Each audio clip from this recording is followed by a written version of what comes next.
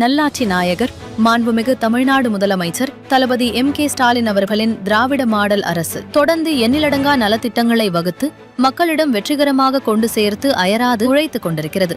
ஆனால் முன்னாள் முதலமைச்சர் எடப்பாடி பழனிசாமி அவர்களும் அதிமுக அமைச்சர்களும் தொடர்ந்து பொய்களை மட்டுமே பேசி தேர்தல் நேரத்தில் நாடகங்களை அரங்கேற்றி வருகின்றனர். அந்த வரிசையில் நேற்று ஞாயிற்றுக்கிழமை பிலிக்கல் பாளையத்தில் முன்னாள் அமைச்சர் தங்கமணி அவர்கள் பிலிக்கல் பாளையம் கொடுமுடி இடையே உயர்மட்ட பாலம் அமையப்படாமல் இருப்பதற்கு திமுக தான் காரணம் என உண்மைக்கு மாறாக பேசினார். தொடர்ந்து 10 ஆண்டுகள் அமைச்சராக இருந்த ஒருவர் பொய்களை பரப்பி கண்டன ஆர்ப்பாட்டம் நடத்தியது மிகவும் கண்டிக்கத்தக்க செயல் என்பதால் நாமக்கல் மேற்கு மாவட்ட திமுக செயலாளர் திரு K.S. மூர்த்தி அவர்கள் அதன் உண்மைத்தன்மையை ஆதாரங்களோடு தெரிவிக்கும் வகையில் இன்று செய்தியாளர்களையும் மக்களையும் சந்தித்து பேசினார்.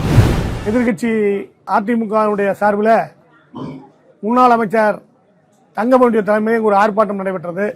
இந்த ஆர்ப்பாட்டத்தினுடைய நோக்கம் ஏதோ அதிமுக அரசிலே இந்த திட்டம் பாலம் காவிரியினுடைய குறுக்கே ஆவுடையார் பாலத்துக்கும் பிலிக்கல் பாலத்துக்கும் அமையிருக்கிற பாலம் அவர்களால் கொண்டு வரப்பட்டது போலவும் அதை இந்த அரசு தடுத்து விட்டது போலவும் என்று பேசியிருக்கிறார்கள்.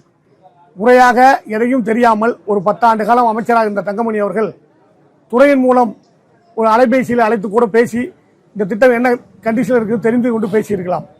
ஆனால் அதை செய்யாமல் இந்த அரசு தடுத்து விட்டதாக ஒரு பொய்யான செய்தியை இந்த பகுதி மக்களுக்கு பரப்பியிருக்கிறார்கள். கடந்த 2016-21 நான் சட்டமன்ற உறுப்பினராக இருந்தபோது தொடர்ந்து நெடுஞ்சாலைத்துறையில் திட்டப்பணிகள் இயக்குநரத்தில் நேரிலே சென்று பலமுறை நான் மனு கொடுத்திருக்கிறேன்.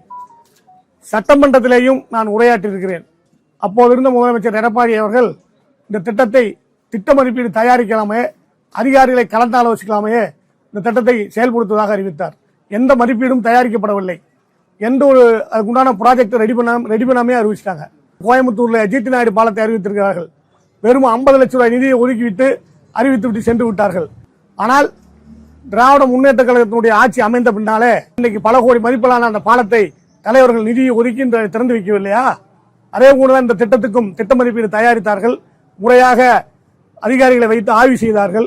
ஆய்வு செய்த பின்னாலே பேரேஜோடு, அதாவது மின்சார வாரியத்தின் மூலம் இந்த திட்டத்தை நிறைவேற்றினால் கணவனை தடுப்பு மின்சார தயாரிக்கும் திட்டத்தை ஏற்படுத்தினால் சிறப்பாக இருக்கும் என்று நினைத்து அதற்கு ஆய்வு செய்தார்கள்.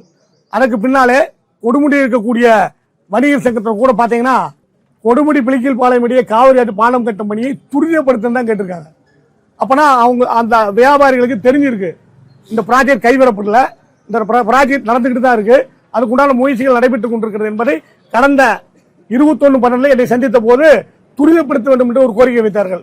அப்போது அவர்களிடத்திலே நான் மாவட்ட செயலாளராக மீண்டும் பொறுப்பேற்ற பிறகு பொதுப்பணித்துறை அமைச்சர் அண்ணன் ஏவாவேலுவிடம் ஒரு மனு கொடுத்தேன். அந்த மனுவை சம்பந்தப்பட்ட துறை அதிகாரிகளை சந்திக்க சொல்லி நெடுஞ்சாலைத்துறை திட்டங்கள் தயாரிக்கிற துறையிலே மனு கொடுத்த போது அதுக்கு விளக்கமாக பதிலை அளித்திருக்கிறார்கள். அந்த பதிலை நான் கொடுமுடியில இருந்து வந்தவர்களிடத்தில் காட்டிய போது அவர்கள் புரிந்து கொண்டார்கள். அந்த அடிப்படையில் தொடர்ந்து திராவிட முன்னேற்ற கழகத்துடைய சார்பிலேயும் என்னுடைய சார்பிலேயும் அரசனுடைய சார்பிலேயும் தலைவர் தளபதி அவர்கள் அதிமுக அரசாங்கத்திலே விட்டு சென்ற பணிகளை தொடர்ந்து நிறைவேற்றிக் கொண்டிருக்கிறார்கள். ஏதோ இவர்கள் சட்டமன்றத்தில் செய்தது போலவும் திராவிட முன்னேற்ற கழகத்தை தடுத்து விட்டது போலவும் ஒரு பொய்யான ஒரு விமர்சனத்தை நம்முடைய பகுதி மக்களுக்கு ஏற்படுத்த முயற்சி செய்கிறார்கள். இந்த முயற்சி முற்றிலும் தவறானது. 10 ஆண்டு காலம் இடையில இருந்த அதிமுக அரசு இந்த பகுதிக்கு எந்த வேலையும் செய்யவில்லை. அதற்குண்டான எந்த முயற்சியும் எடுக்கவில்லை. எடுக்காமல் தேர்தல் வந்துவிட்டது, தேர்தல் நேரத்தில் மக்களை திசை திருப்ப வேண்டும் என்பதற்காக இந்த ஆர்ப்பாட்டத்தை வைத்திருக்கிறார்கள். இது முற்றிலுமாக கண்டிக்கக்கூடிய ஒரு ஆர்ப்பாட்டம். அதை மக்களுக்கு எடுத்துச் சொல்ல வேண்டும் நோக்கத்தில் இதை நான் மக்களுக்கு தெரியப்படுத்துகிறேன். தொடர்ந்து நாங்களும் திராவிட முன்னேற்ற கழகத்திலும் இந்த முயற்சியை செய்து கொண்டிருக்கிறோம். கழகத்தின் தலைவர் அவர்களும் ஒரு நல்ல முறையில பாலத்தை அமைத்து அடுத்து அமைய போகிற ஆட்சி உங்களுக்கு புரஸ்காரங்களுக்கு தெரியும். அடுத்து அமைய போகிற ஆட்சி உறுதியாக திராவிட முன்னேற்ற கழகத்தின் ஆட்சி. தளபதி தான் முதலமைச்சர். கண்டிப்பா திராவிட முன்னேற்ற கழகத்தினுடைய ஆட்சியிலே தொடர்கிற ஆட்சியிலே தலைவர் அவர்கள் 2வது முறையாக முதலமைச்சராக பதவியேற்று இந்த திட்டம் முழுமையாக நிறைவேற்றப்படும், மக்களுக்கு பயன்படுத்தப்படும் என்பதை தெரிவித்துக் கொள்கிறேன்.